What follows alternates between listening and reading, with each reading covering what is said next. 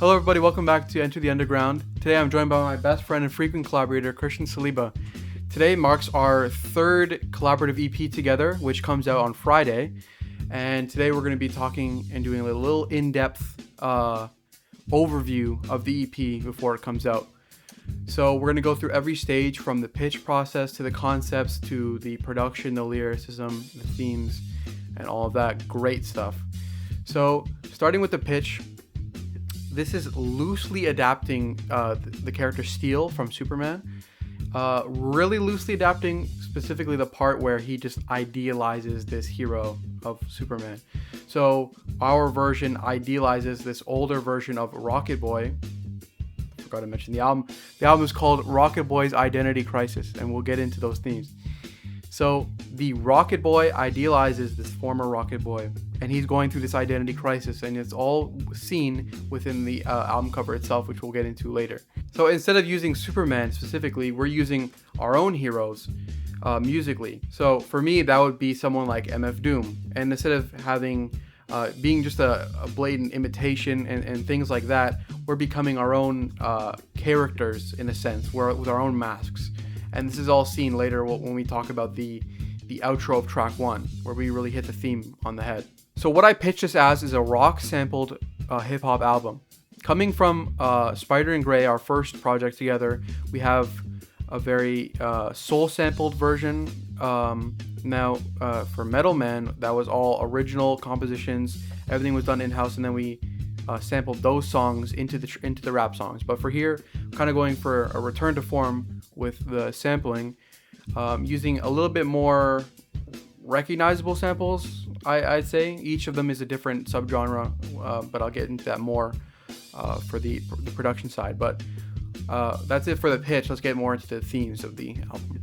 So for the themes of this EP, our third one, with us finding our own identity, the overall theme would be idealizing a perfect hero and then becoming our own person after all of our flaws and whatnot. And that's kind of seen in every single track. So with the first track, Clouded Diamonds, it's about embracing our imperfections, acknowledging personal flaws, and recognizing our own insecurities. And that's seen through the character Rocketboy, or as Daniel said before, Steel. And it's about how the Rocketboy kind of contradicts himself and realizing that his imperfections make him perfect.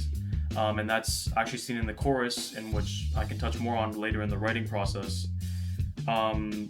Quickly now From My Eyes, it's more of a reflection through the eyes of others. And in this track, me and Daniel speak to each other.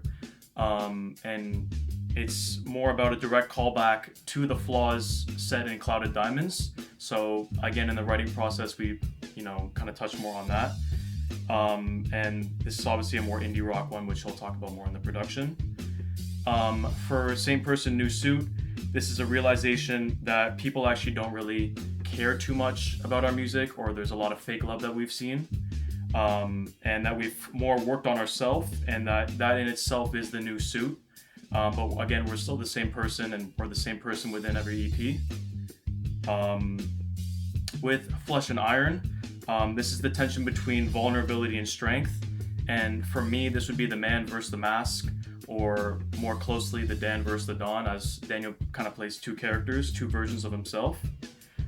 Which quickly moves into Octane, which is the fifth track. This is more a focus on the moment, and he kind of speaks about no rush into the career, and it kind of plays into the theme of kind of setting the standards for his own intentions, and how fast he really wants to take things in his life. And then finally, to close it off with Aim for the Moon, this is most closely to the overall theme of the EP, where we're speaking about the realization of that perfect hero, and how it's who we actually don't want to be, and how finding our own identity was the real person and was the real lesson at the end. So for the production side of this EP, instead of staying in the same space where we were with Spider and Grey with those sampling tools, I went for a lot more of a cinematic vision for this one. And that's very, very much seen with the track 1, track 2, and track 6. These have these cinematic elements. For example, the end of track 1 goes into this very heavily composed synths, and that leads into this big rocket taking off which leads directly into track 2. And then this also comes back in track 6, where these rocket and fireworks sound effects come into play there. So individually, the songs are very distinct. Track 1 is like a really classic rock sample with this nice bass line, and then there's this that's for the main chorus, but then the actual verse itself switches to this heavy power chord with these acoustic trap drums underneath, which is where my verse goes.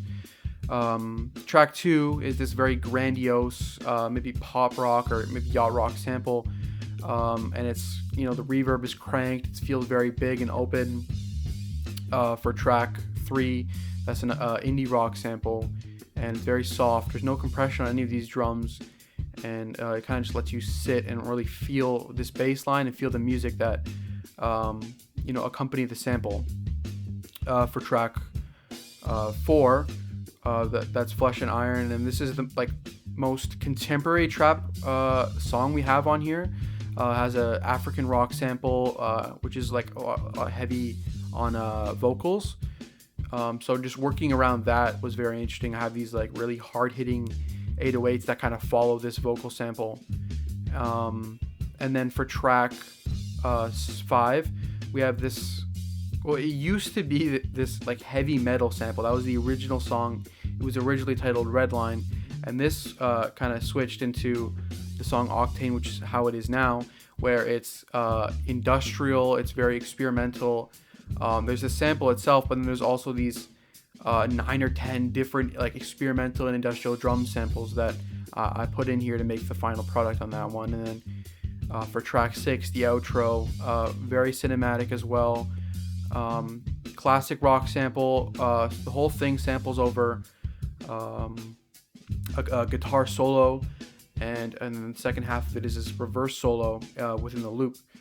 And some great drums on there with some a really heavy bass line. You really feel everything. This song is in itself is aggressive, which Christian will get into later, but when my voice kind of melts into this bass line, especially on the second verse, it just kind of comes all together, leading up to that lovely drum fill at the end. So for the writing process for this EP, me and Daniel kind of took a different approach compared to Spider and Grey and Metal Man, where with a lot of the writing, we tried to write and record within kind of the same day, if not within a 3-day span, just to kind of keep the same feel going and not really throw it away. We really wanted to keep the momentum.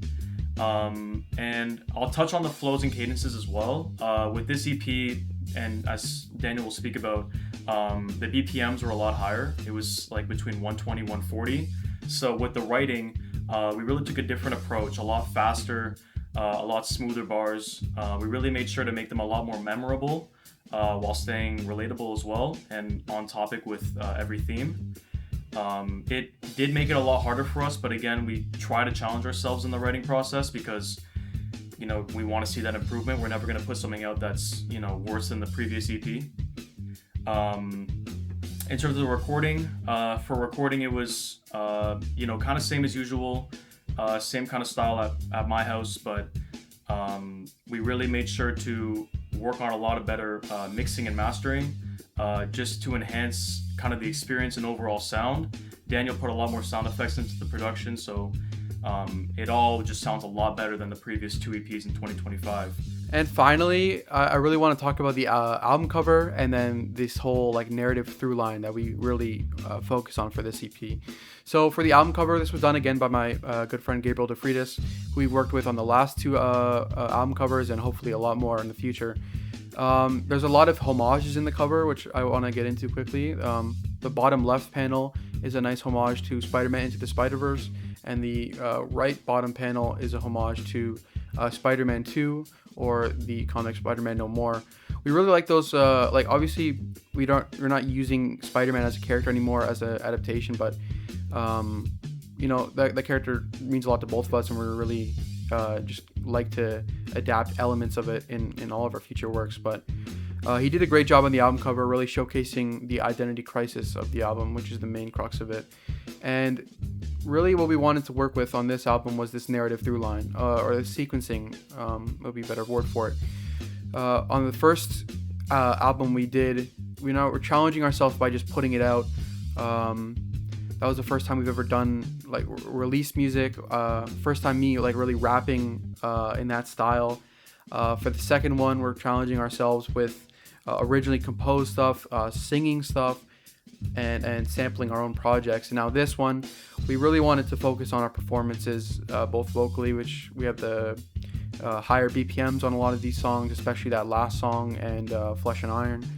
And then sequencing these songs, like track 1, track 2, they kind of go into each other. Track 3 and 4, you have a slower song, but then it comes right back with Flesh and Iron. And then 5 and 6 are these really aggressive songs that kind of keep you interested when you're listening, and best listened to all together in the album listen. But that's going to be it for us. Thank you guys for watching. I hope you guys check out the album this Friday. And we'll see you guys soon, hopefully.